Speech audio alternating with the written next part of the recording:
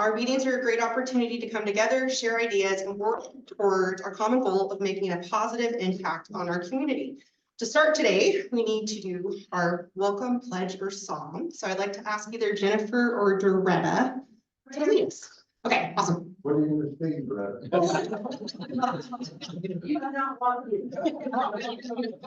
We will do the pledge of allegiance. I pledge allegiance to the flag of the United States of America and to the republic for which it stands, one nation, under God, indivisible, with liberty and justice for all. Thank you. Please take a moment to greet fellow Rotarians.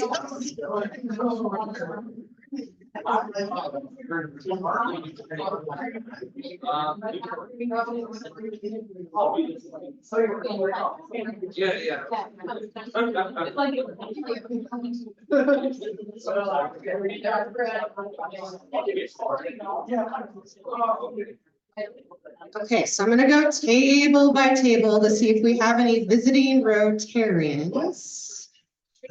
We do not. Okay, but we have some guests. Lola, would you like to introduce the guest at your table? We have two. Yes, I believe soon our newest member, Aaron Bretz from Fort. Next to our Interact liaison for next academic year, this is Miriam. Thank you. Okay, so our Rotary moment for today, during the month of June, we celebrate Rotary Fellowship Month. And as we gather today for our lunchtime meeting, let's take a moment to reflect on the significance of June in the Rotary calendar. June is Rotary Fellowship Month, a month that's dedicated to recognizing and celebrating the camaraderie and connections that make Rotary so special. Rotary Fellowship brings together members who share common interests, hobbies, or vocations, offering a wonderful opportunity to enhance our Rotary experience. These fellowships allow us to connect with like-minded individuals around the world, fostering friendships and creating a network of support that transcends borders. Engagement through Rotary Fellowship not only strengthens our clubs, but also enriches our personal lives. It allows us to share our passions, learn from each other, and work together towards common goals. Whether it's through sports, hobbies, or professional interests, Rotary Fellowship provides a platform for members to bond and grow together. To give us a glimpse of the impact and joy that Rotary Fellowship brings, I invite you to watch this short video, just over a minute long, that captures the essence of engagement through Rotary Fellowship. Thank you, John and Julia.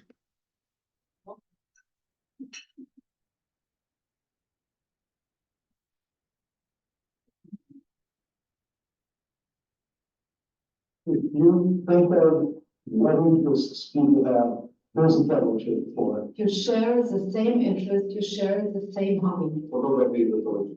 Community fellowship. That's what we put it.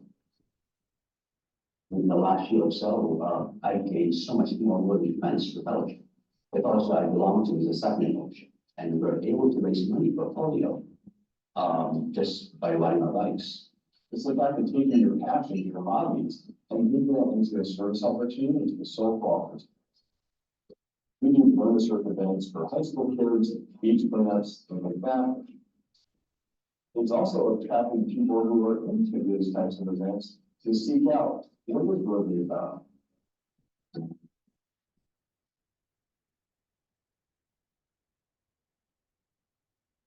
Told you it was short. So as we continue to engage and connect through these fellowships, you're gonna get another one. Let's remember the core values of Rotary: service above self, fellowship, diversity, integrity, and leadership. These values guide us in building stronger communities and making a positive difference in the world. So we're on the announcements. Does anybody have announcements? Agendas. Greetings, Rotarians. I'm back with the placemat from last time.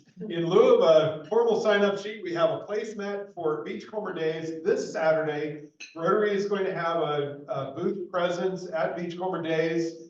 The vendor time is 10 a.m. to 5 p.m. So we're gonna be there a little bit early. Rick Day and I are gonna work on setup, and the people who are starting at 10 will be there about 9:45.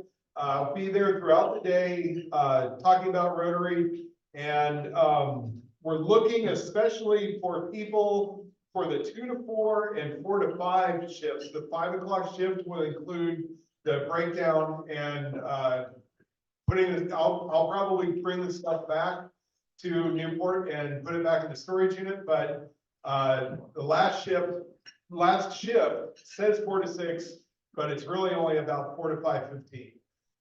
Beachcomber Days this Saturday, Waldport, 10 to 5. Please volunteer early, volunteer often. It'll be a lot of fun. I think Keith already mentioned this, but we do have Aaron Bretz from the Port of Newport, who has attended his 3rd Rotary meeting. He has submitted his information. I will be sending this via email hopefully today to everybody. So consider this the opening of the 2-week green card period. If you have any experience or any comments about Aaron joining us here at the Rotary Club of Newport, please let me or any other leader of the Rotary Club know.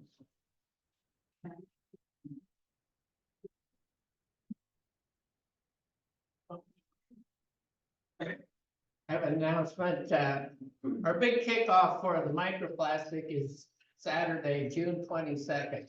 And I want 2 things. One is that I want you to all register. We've got Oregon Coast Today and other media there, so let's get a good showing.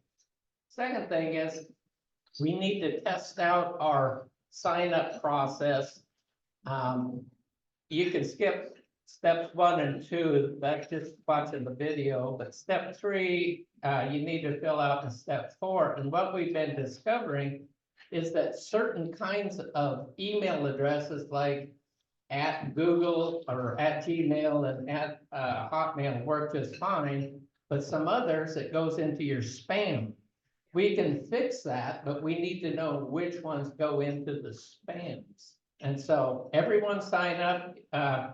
It quits at 30 members. So if we have more than 30 members, just come anyway.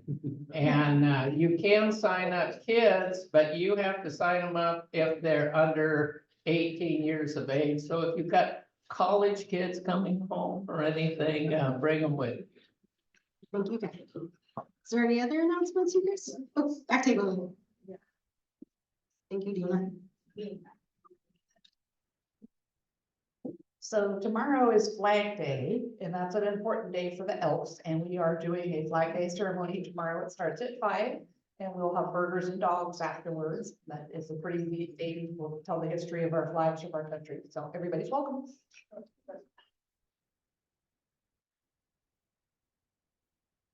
So to all the golfers in the room, the Altrusa Annual Golf Tournament is Saturday, July 27th, down at Crestview Golf Course.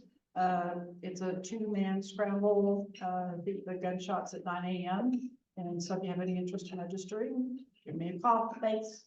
Thank you, Trev. What dates? Yeah, July 27th. There is a sign-up sheet that's going around the room right now. Please take a moment to sign up for our annual banquet, which will be held on Thursday, June 27th at 5:30 p.m. at the Hallmark. Your response is important so we can ensure that we have an accurate head count. And if you plan to attend, kindly fill out the sign-up sheet. Thank you. Also want to let you guys know that our club is going to be turning 70 years old, and so we should have a celebration. It's February 15th, 2025, and this is a wonderful milestone for our club, and we want to commemorate it with the community celebration dance and maybe a birthday event. And so I'm forming a planning committee for this event. Sonia and Julia have agreed to be on the committee with me. But if anyone else is interested, can you please let me know? I'm also going to send out an email to the club for anybody who might be interested. And it's a fantastic opportunity to strengthen our community ties and raise awareness about Rotary. So without further ado, Richard, do you want to come here? He's our Sergeant of Arms. Oh, Julia has something else too. So hold on, one more announcement. Don't go anywhere, Richard.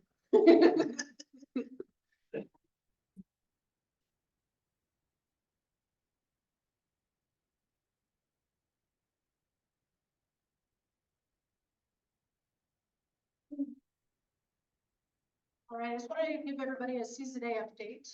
We are now about 3 weeks or so, there's our graph, away from the event. And today I got about 150 ticket stubs back. Thank you very, very much for everybody for bringing those in. Thank you very much. I'll get those from you. One of them has cash on it, which I love. But I did want to mention that the executive Dana is doing a very good Vanaway demo over here of our graph. So this is for the sales contest. Several people have asked for extra tickets to sell, which is amazing. And I want everybody to do that if you're up for it, to sell. And so selling it means you could sell it like your extra tickets for cash and take the cash from the people that you're selling the tickets to and give the cash or check to me. Or you can have us charge the extra tickets to your account. And so if you take 20 extra tickets and you have the intention to sell the extra 20 tickets in the community, and you don't sell them all, or you don't sell them at all, then that $50, the $100 could go to your member dues, or you can sell it. And so I'll make a best effort, and like I'm going to ask you to try and return those tickets up to me if you take extras, so we don't charge you, or if you want to be charged. But we'll figure it out. But I just want to put that out there for everybody. And so the sales contest, we do have people have asked for extra tickets. And so I have painter's tape on there and everybody's names that people have asked for extra tickets. I just want to make sure I give recognition to. Doretta has asked for 50. Julie has gotten 40. Keith has gotten 31 because I made an error. Laura has gotten 50. Richard has taken 20 and Rick Day has taken 80. And so he's out there doing it. And so indicating on the graph where we're at with this tickets that are being handed out. It will be after the event that I will announce the winner because, like I mentioned, charging to your account or getting cash is going to determine who really sold the most. So that is all. Does anybody have any questions while I'm up here about this? You all know what you win. You all remember what you win. Yes. You win $50 to Clearwater. What set of tires? Not a free set of tires, a full one. No. $50 gift card for Clearwater. Thanks to Clearwater. Dana. Walport, how many do you sell down there? Last year we sold 88, but it was a very last minute thing. And so we're taking 150 physical tickets and then also going to have the QR codes on the table. So hopefully more than 88. Short question. Oh, yeah. There it is. All right. Buy, get more tickets. All right. Thank you, everybody. Let's give Julia and her committee another round of applause. I saw committees to this. Is there any announcements on Zoom? I just want to make sure. Okay, Richard, let's try this again. Let's give our Sergeant of Arms a warm welcome.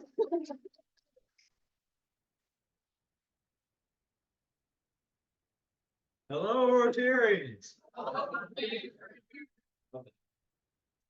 Well, I wanted to give you a little heads up on everybody gotten this month, your Rotary magazine. Has anybody, hands up, anybody who cracked it open or read it or electronically or paper? No. I see one hand. Two, okay, well, that's a start. I think we had one before, so that's good. We're making progress. It doubled our production. I'll highlight a couple of things in here. So obviously our Rotary International President, Gordon McAnally, has done a tour, and there's a little recap of all the things he's done. And he's really happy with his progress, really happy with some of the initiatives that he started, particularly focusing on mental health and awareness and some of those programs. So he's hoping that as a group, as a club, we will continue to kind of focus on those things. Certainly a lot of need, a lot of interest there, and, you know, just the ton of need. So great to see where he's been. He met the Pope. I mean, you know, I think that's pretty significant, and a lot of other leaders and certainly intervened and potentially helped some peace conflicts, you know, with that. And that's a big part of what Rotary does. So pretty impressive there. A couple other highlights, again, Rotary Learning, Rotary Podcasts. Certainly, that's everybody is interested in podcasts lately, and Rotary has some stories like the one they're talking to Peter Salk, Dr. Peter Salk, the son of the person that developed the polio vaccine. So that's pretty interesting. There's a little story about that. A couple of things in there about, okay, if I say Rotary people of, what's the fill in the word? Action, yeah, so there's a good story about what we've done and where we're at and some stats there, so that's wonderful to give you some good gas and boost it up a little bit. We have some photography fans in here, so there's a photo contest in there, some interesting things. We've got the rodeo coming up, so you'll have an opportunity to see some bucking broncos there possibly. You know, anybody go to the Sisters Rodeo recently? That was quite a deal, and they had an invitation to go. I'm glad I did go. Let's see, one more thing I want to highlight in here and then I'll go on. Oh, like one of my favorite stories, and again, I'm part Scottish, so it's interesting, so is Gordon. But it says a tartan's checkered past, a centuries-old Scottish textile became a global fashion. So, I mean, we see the Queen in a tartan skirt and we see different things and Gordon and his wife as well donning the tartans. So really interesting. I think it highlights that there's a Rotary tartan as well. So that'd be interesting. I'm not sure the color scheme on that, but ton of good stuff in there. All right, let's move on. So how about, let's see, pictures, tartan, Scottish. First I want to do $10 to Laura's Paul Harris. So I'm very excited for her. I can't wait for this year. She's just a breath of fresh air. So great. Let's give her a round of applause.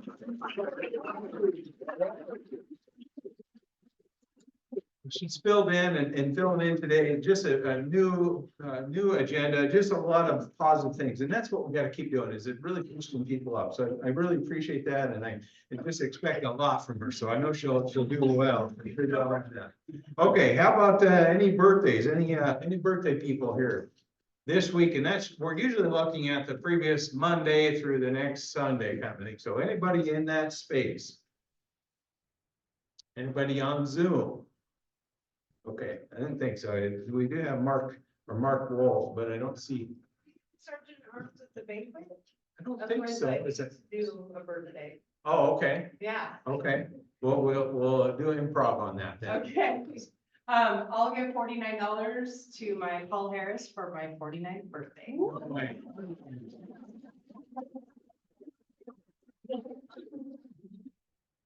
Any other happy bucks? How about that? We'll look for some happy bucks now. There's a couple of hands. I saw Sandy's first and then Diane. Is it on? I do have these happy bucks and I want to, before, so I won't forget, I would like to give 100 to Guys Eco-Friendly Volunteers. Last week, I was notified that the Hatfield Marine Science Art Committee chose me for a month-long artist residency beginning the middle of August through the middle of September. Wow.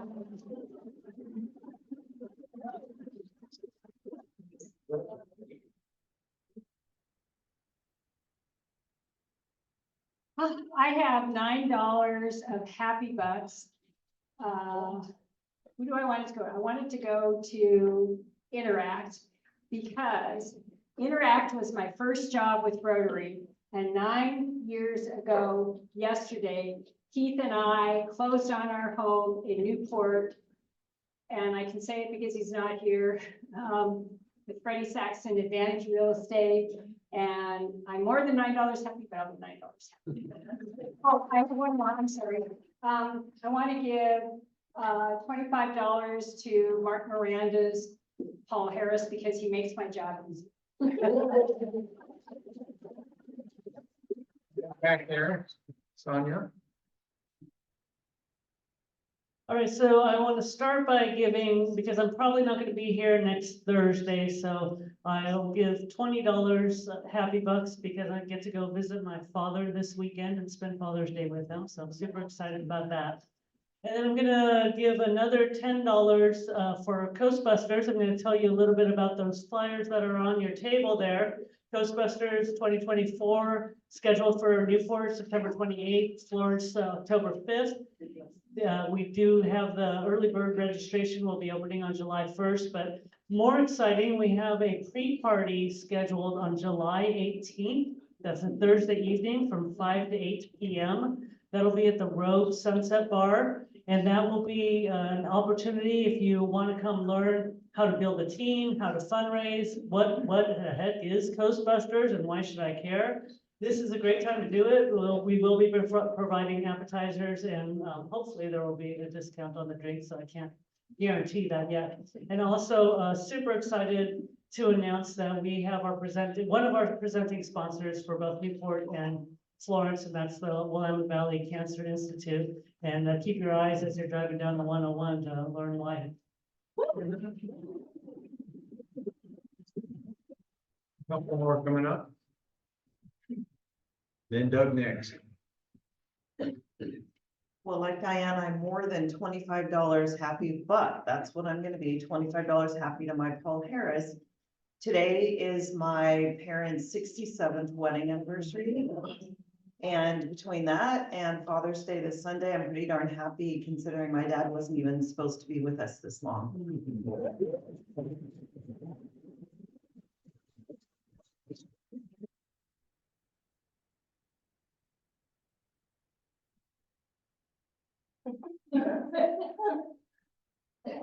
You all chastise her, Doug? Is what-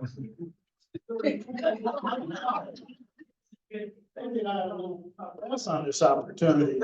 I was told I had to talk about my trip, and it's ironic because that's what I was going to talk about. Some of you know that I haven't attended a Rotary meeting since April, and that means on May 1st, my wife and I decided to drive around the United States, visit the states we'd never visited. We took our dog along and we were gone for 40 days. We got back Sunday this week. And before I left though, Dana gave me another order. And that was to bring her something that didn't cost any money, but something from the trip. So I have for her a rock. But it's not just any rock. That is a rock that came from the basic foot of El Capitan, the granite monolith in Yosemite Park, Yosemite National Park. It has traveled through 26 states. It has traveled some 11,000 miles. And it has traveled the entire Route 66 route as it exists today. So that is the rock that I brought for you. After Yosemite, I figured I had that covered. Anyhow, I'll give Route 66 cents seems a little cheap, so I'll give $6.66 to the Rotary. I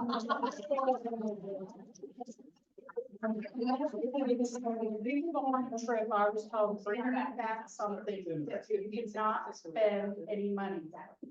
I have one person that does it a lot, that would be your guys' dad. And yes, Rascal bring me a lot of stuff. I've gotten sand from Mexico. I've gotten things from all over the world, and it means a lot to me because that person who brings me something back is thinking about me the whole time they're on this trip.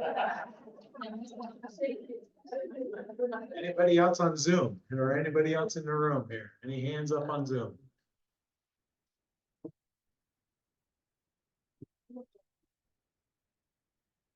All right, we'll give everybody else a break and we'll turn it back to President-elect Laura.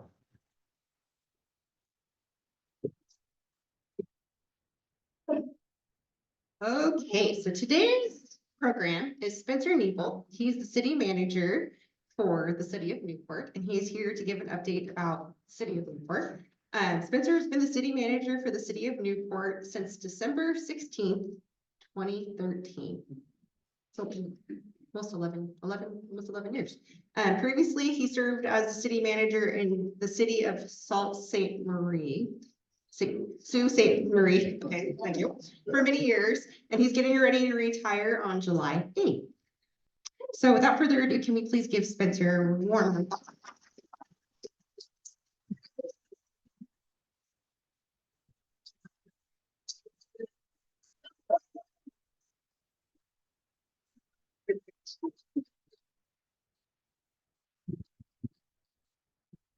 Well, thank you for the standing ovation. I was kind of joking when I was putting some remarks together. I kind of in my head said, please sit down, please sit down.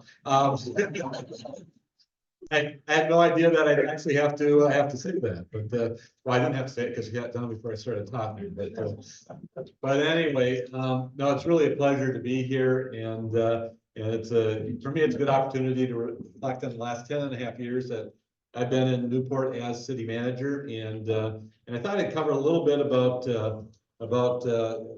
my history and talk a little bit about how city management has changed over the years from when I started as city manager in Munising, Michigan 42 years ago to retiring here in Newport after over 4 decades of city management. From a work history standpoint, I started out as city manager in my hometown and I was only 24 years old when I got hired as city manager in Munising, Michigan. And one of the things I always tie that back to is the importance to be a volunteer, because after I graduated from college in 1980, we had double-digit inflation, we had double-digit unemployment. Things were really just not available at all for folks getting out of college to do jobs. So I volunteered time with the city manager in my hometown to be city, to work with them kind of in a voluntary internship. And at some point, he ended up taking a job out in Bell Gardner, California. And the mayor and council asked me to fill in while they were hiring a permanent city manager. I did that for about 4 months or 5 months. They went through a hiring process. I didn't apply because I didn't think I was qualified. And the mayor came to me. They said, we interviewed 3 candidates.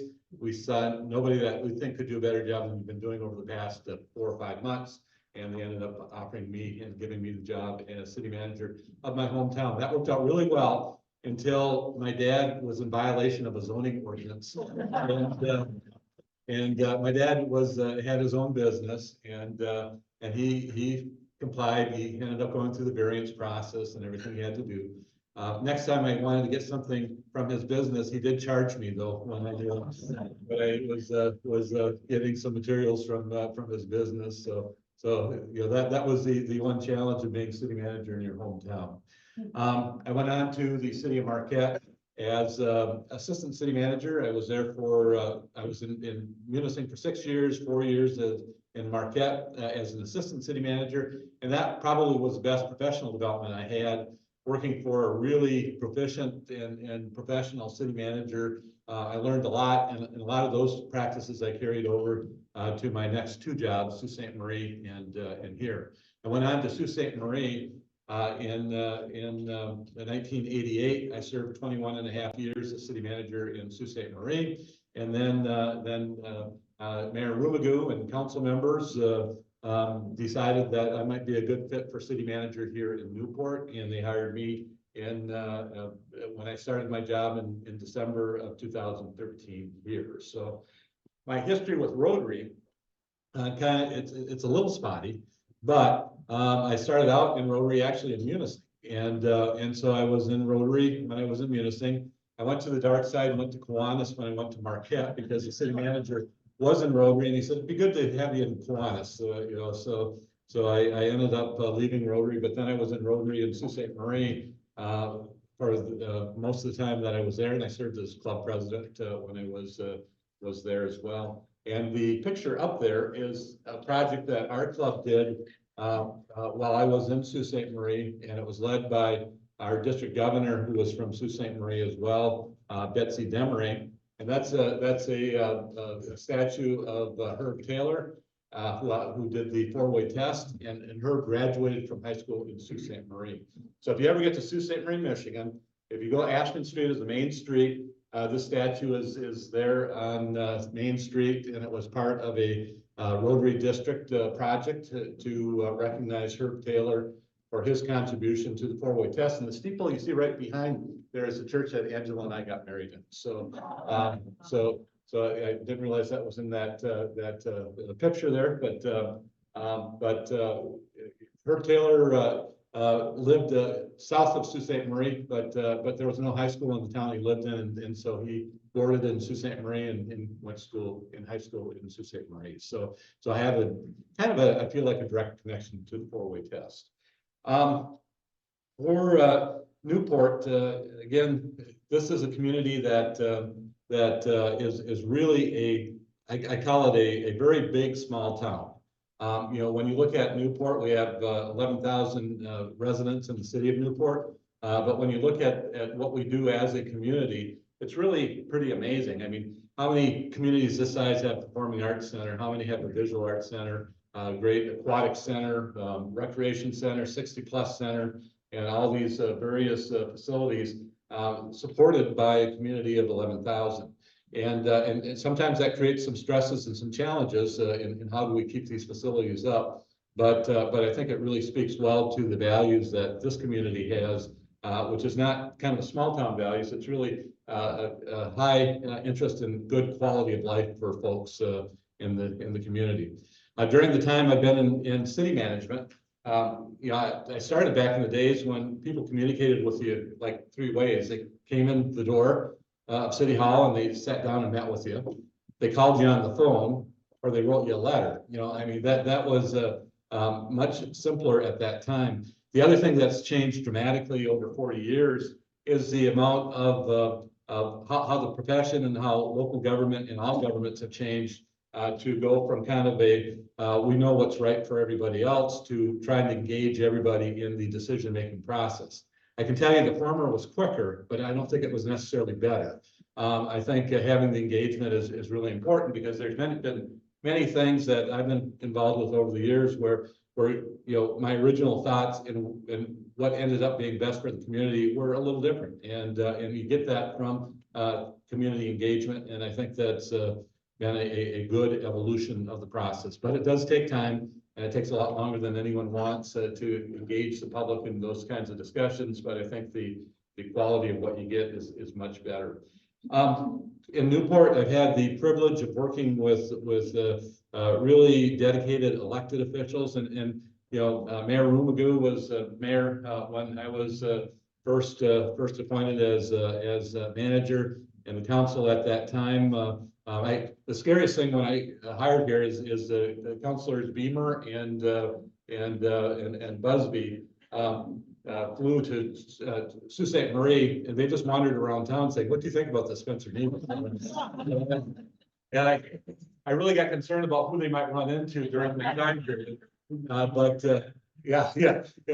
my dad was in Munising, so but anyway, they even hired me after they spent time in Sault Ste. Marie, so I was pleased with that. But the other thing is the quality of folks that work for the city. And you know, we've got 3 folks in the room here today that either did or are working for the city. We've got Mark and Sonia and our upcoming president. Interestingly enough, all 3 of them have been presidents of this club, and I think that kind of speaks well to the quality of folks that work and have worked for the city of Newport. So I've been certainly blessed in working with a lot of people that are very dedicated to trying to get things done. And oftentimes there's very limited resources and staffing to get those things done. But that's been a great thing. Just a few things that I included in my budget report, and the budget gets approved on Monday, hopefully. Yeah, that's one of my last acts. As Laura indicated, I'm retiring on July 8th. We've got 2 very long agendas because I'm trying to clean the deck for my successor here as best as I can. But one of the interesting issues, Portland State University does the population estimates for the state, and those population estimates are important because that's how revenue is distributed by the state to our communities. And the city of Newport actually had of cities over 10,000 actually had the 3rd highest growth in the state of Oregon last year, according to the estimates from Portland State University. A lot of that's based on housing permits and housing units that are built. It's based on, they look at deaths and births and those sorts of things to come up with these estimates. But they showed a 3% growth in our employment, and they've got us pegged at just over 11,000 in population now. And just comparing that with a few other Lincoln County communities, the only one over 1% was Lincoln City, which was at 1.1%. And the only 2 cities that had a faster growth rate than Newport, over 10,000 in population, was Medford and Cotton, and can't find in my notes here the second one, But there were only 2 cities that actually had a faster growth rate. Now, the US Census Bureau also does an estimate, and those numbers are a little different from Oregon State's. We really like Oregon State's because state revenue is based on those, so that little boost is a bit of a help. One of the challenges that so many of us are facing is in the whole labor front right now. And one of the quotes that I put in here is really rings true for what we've been facing in the city of Newport, and I think many of your other organizations have been as well. It says, with the large baby boomer generation continuing to reach the traditional retirement years in the decade ahead, retirements will be larger as well. It is economically difficult time for firms to replace workers with a lifetime of experience or expertise, especially when it comes to within their firm experience or institutional knowledge. And that institutional knowledge, when we have the kind of changeover that we're having, is really a hard thing to replace, and it takes a long time to kind of catch up with that. As such, there may be short-term loss of productivity as firms train new workers or employees move into their new roles within the company. Such an impact is typically temporary and difficult to see at the micro level. Even at the micro level, the impact is real. Firms looking to hire will need to dig deeper in the resume stack and choose candidates that they may have passed over in a weaker economy. This includes workers with incomplete skill set and on-the-job training. So we are definitely feeling that in a number of our departments when we try to hire. And we also are seeing much quicker turnover where people will take a job and then they'll leave because there's many opportunities for people out in the workforce. And so I think for organizations going through those kinds of transitions, one, you lose the institutional knowledge. Two, you have the period of time that it takes to bring someone up to speed, and those definitely create challenges. Certainly some short-term challenges. Biggest concern I've got is the impact on long-term issues because you don't have that continuity to kind of carry things forward. So I think that's something that we need to continue to watch out for. From a construction activity standpoint, we have a lot of construction actually going on in this community right now. In dollars in 2023, we had a dollar value of new construction of over $47 million in the city. Just for comparison, in 20 it was 21 million, in 21 it was 14 million. So those are pretty substantial numbers going forward, and we're seeing a lot of infill housing and new apartment housing going up in various parts of the community as well, which is desperately needed. Another factor that's I think important to know, and it's kind of a scary factor. The assessor's office calculates the value of housing each year, and so that they can do assessments on property. And our average cost of a house in 2013, this is based on sales, was $180,000. And last year we were at $445,000. So we've gone from $180,000 in 2013 to $445,000 as an average price of a home in this community. And that definitely is a challenge when people are trying to find housing in this community that they can afford to live in. And so I think that's, again, another factor that will continue to be on the radar for the city for years to come. Couple other things that I wanted to share with you is just a number of the projects that are ongoing, that are developments that I think will have an impact on the community. Many of you may have heard about the Abbey Hotel, which is the hotel that was proposed on the Bayfront, and that project is still moving forward. They put a pause in it for construction this year. They're talking about moving forward with that project in 2025, and so I think we'll be seeing something happen with that. Windhaven Ridge Phase 3 is another batch of apartments. This will be their third phase, and that's been a real lifesaver for us when we're hiring people now to actually be able to find a spot for people to move into. Again, that's been a major development at that location. The city is jointly participating with the Department of Forestry for a shared use facility. We donated I guess donated is the right term, but we are participating with the value of our Agate Beach Fire Station, which is going to be torn down, and they're building a joint facility, and we'll have use of a portion of that space in exchange for the building that will be that was acquired by the state and being replaced.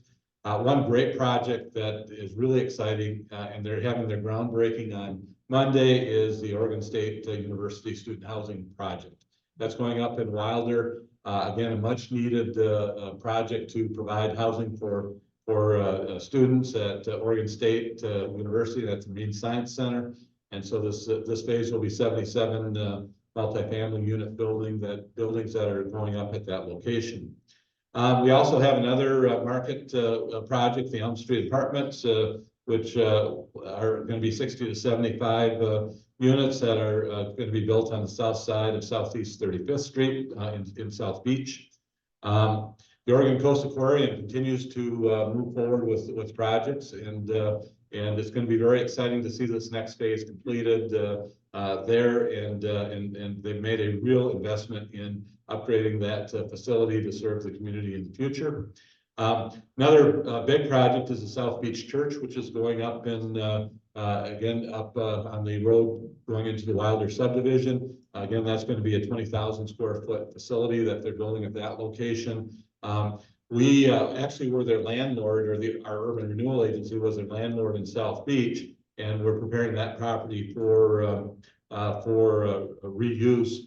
And so part of this move was part of their plan for a long time, but also to make that property available for redevelopment. Samaritan Coastal Stars Rehab Facility, that's a project that Ursula was very engaged in. And again, that's in Agate Beach, and that project is going along. That's going to provide substance abuse treatment facilities here in town, which is desperately needed, and a great project. We've got a number of commercial projects going forward. Toyota of Newport's building a whole new facility in South Beach. They'll be building where the cars are currently, and then they'll tear down their existing buildings when they're done, but that'll be all renovated. We've got Bimart Cascades Farm and Outlet Store that's going in South Beach, and that's on the corner of 40th and 101. And so that's a project that's moving along. We've got another phase of housing going up at Wilder. And so that's going to be 75 units, 20 of which will be apartments. And so again, that's going to help on the housing end of things.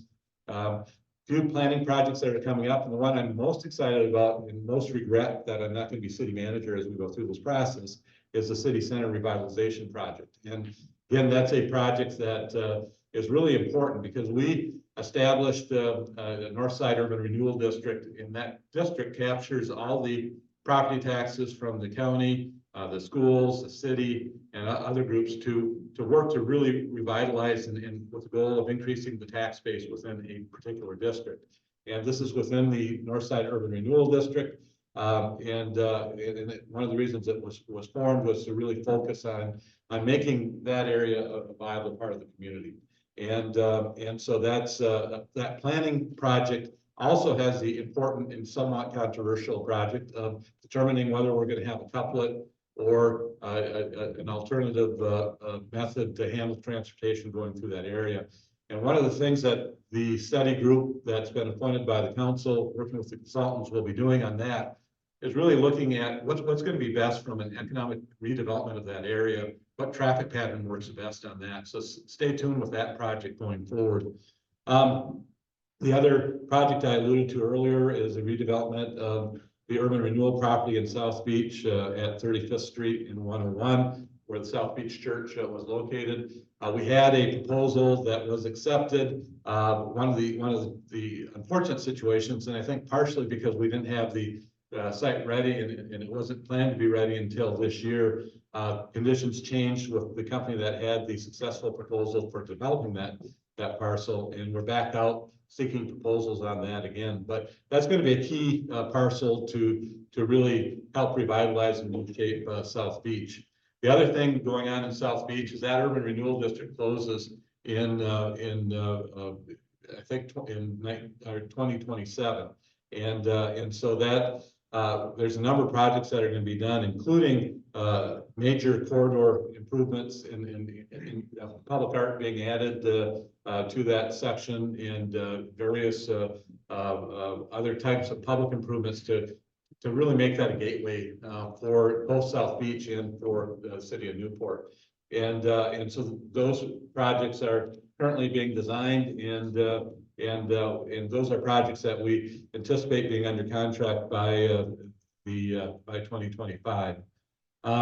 The other big projects that are not as much fun, but we've got our dam project, and that again is a dam project, and we often call it the dam project. But that's that project has about $100 million price tag on it. We've been successful in getting 14 million in state funding to get us through the design and permitting phases of that. We have a $60 million federal authorization that says the federal government can spend money on this project. Unfortunately, that's not a check in hand. And one thing that the city is going to be working on in the next few years is securing the appropriations that would be allowed by that federal authorization for that funding. And so I think a lot of people in the room are going to be probably asked at some point to reach out to our federal legislators as this appropriation decisions are being made to help support that type of a project. On the other end, literally, of the treatment process is our wastewater treatment plant. And we have completed our wastewater master plan. And probably the best thing, I probably should have been retired before we completed that, because that's got another very substantial price tag on it over the next couple decades of in the $100 million range as well.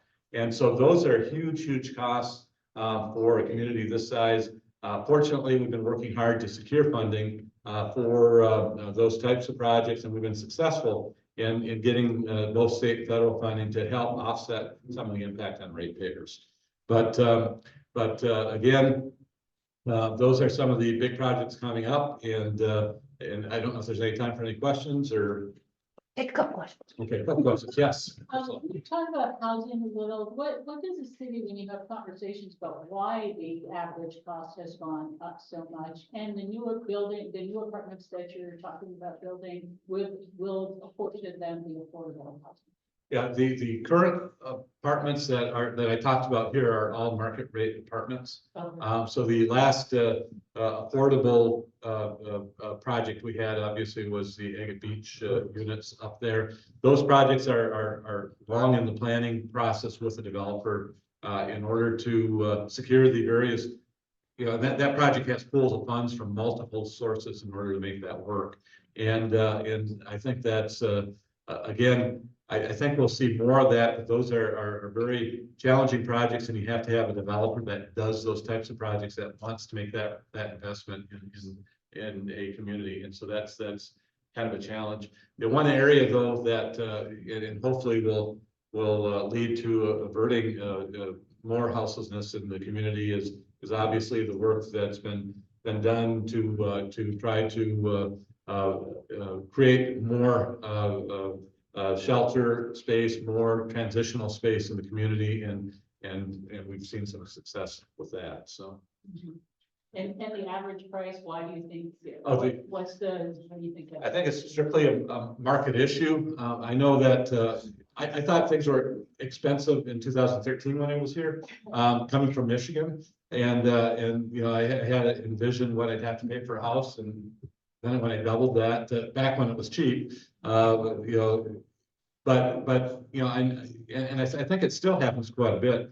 There was quite a bit of pressure from folks that could buy property with cash, people selling property in California, moving up or buying a seasonal home here. So I know we call, we would take people on the tour of every house that we made an offer on, when we first got here, and a lot of times, it was cash deal that kind of knocked us out of the mix. We're seeing that those dollars come down a little bit. Now, whether that's just a temporary thing or whether they'll drop down a little further, I don't know. But I think it's purely a market issue. People are willing to pay that much for a house. So, yes. First of all, thank you for everything you've done for the city. What are you doing on the buildings you're tearing down uptown in the district? Yeah, so the Urban Renewal Agency has acquired a number of parcels of property, some with buildings on it, in order to really prepare sites for redevelopment. And the city center building, that's going to be torn down, or is in the process of being torn down, is one of those. And we've had conversations with adjacent property owners as well to really try to create some spots that we can do major redevelopment in that area. That city center is one of the things that Newport has always bothered me about Newport. Because if people just take 101 through Newport, that's basically kind of what they see and experience. They don't see Nye Beach, they don't see the Bayfront, they don't see other parts of the community. And I think it's got real potential to be a much more important economic driver for the community, and certainly something that could be visually much more attractive. And we're really looking at mixed use for that area, having housing above, commercial on the ground level, and really try to get people there. But the current configuration of 101 is 4 lanes of traffic, 2 lanes of parking. It's not an easy spot or a comfortable spot to cross streets, and part of that is trying to figure out a way to maintain the traffic that has to go through, the vehicle traffic that has to go through there, but make it a much more pedestrian friendly area. And so those are the options that the group is going to be looking at to try to do that. I have a photo of my husband walking with the meter maid, and there were so many people, because they used to have a department store in the old part of Newport. So many people it was crowded there at one time. Yeah. It was all these people. Well, and the other thing on 101, if you look at those traffic counts, they continue to climb, and they're going to continue to climb going forward in the future. So as congested as it is there now, the projections are, 10, 20 years from now, it's going to be, worse than it is now. And it always surprises me because it all narrows down to a 2-lane bridge, but at that point it gets really, really tight and congested. So, yes. I was wondering on how how the city's planning to get all the money for the water plant and stuff. That's a good question. Next question. The water plant, it's going to be a combination of long-term, low-interest borrowing and grants in order to do that. And the long-term borrowing is something that's going to have to be paid back by ratepayers as part of the rate structure going forward. And, like I indicated, we've been successful in getting substantial state funds for that project to get us through the design and permitting phases. Now we're working on the funding for construction, which the design and permitting phases will take probably another 3 to 4 years before we get to that point. So starting next year is going to be the appropriate time to start pushing the federal appropriations for construction funds. But we have to be able to tell them exactly what we're constructing before we can ask for those funds. So it's going to be dialing for dollars with our federal and state officials for the next decade for that project. And it's going to require a commitment from our local ratepayers as well. So, yes, Cindy? Yeah, I just wanted to say that I served 3 terms as mayor, and the whole time you were the city manager. For a great 6 years.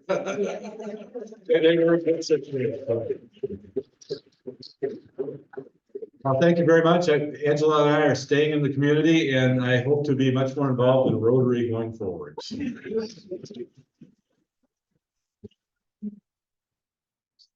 Okay, for Spencer speaking today, being our presenter, we are vaccinating 50 children against polio in his honor. Let's give Spencer another round of applause.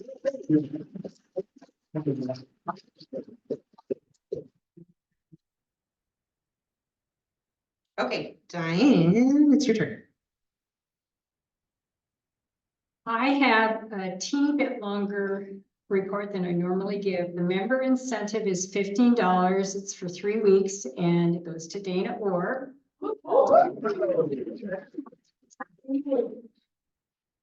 Organically, we are at 52%, 36 out of 69. And Aaron, we can't wait for you to become a member so we can go up to 70. And with makeups, we have 58% or 40 out of 69. I want to say to Spencer, where you were, I have had the pleasure of serving on your budget committee for 3 years. You run a fantastic, it's so complicated, you wouldn't believe it. The books are this thick. I do all mine. I don't get a book because I can't carry it. I mean, they're just huge, these books. But anyway, and I don't want all that paper, but you just run a fantastic meeting. I know, because I'm on the budget committee, that you set aside money. And I hope you train the new city manager so that she runs just as an efficient meeting as you do. And with that, I'll turn it back to President-elect Laura. Thank you, Diane. Okay, John, do you have a social media incentive?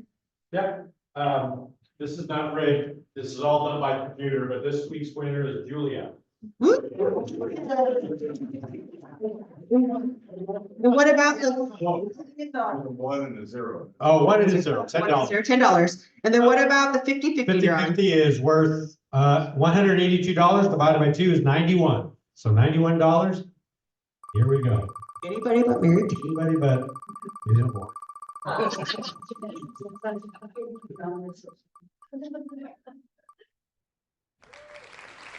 All again.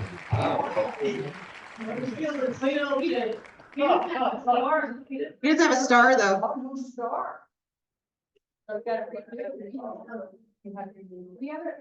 He does that. He does have a star. I just don't think the star was showing up. Yeah. Awesome. Last minute announcements. As a reminder, please sign up for the annual banquet on June 27th. The sign up sheet will probably be going around next week again. Next week's meeting is Carla Clem with an impact update on PCHD, the Foundation Stronger Together initiatives. And then next week's greeter is myself, and we need another greeter for next week. And then we also need greeters into the future. So if you're interested, can you please let John know? You'll be a greeter with me next week? Oh, we're gonna get in trouble. And then the 4-way test. Jennifer, would you lead us in that, please?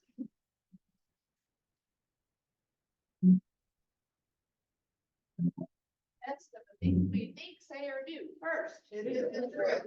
Second, is it a small concern? Third, will it build goodwill and better friendships? Fourth, will it be beneficial to all concerned? And fifth, is it fun? Thank you, everyone, for a wonderful meeting today. Your enthusiasm and commitment to our club is inspiring. Thank you.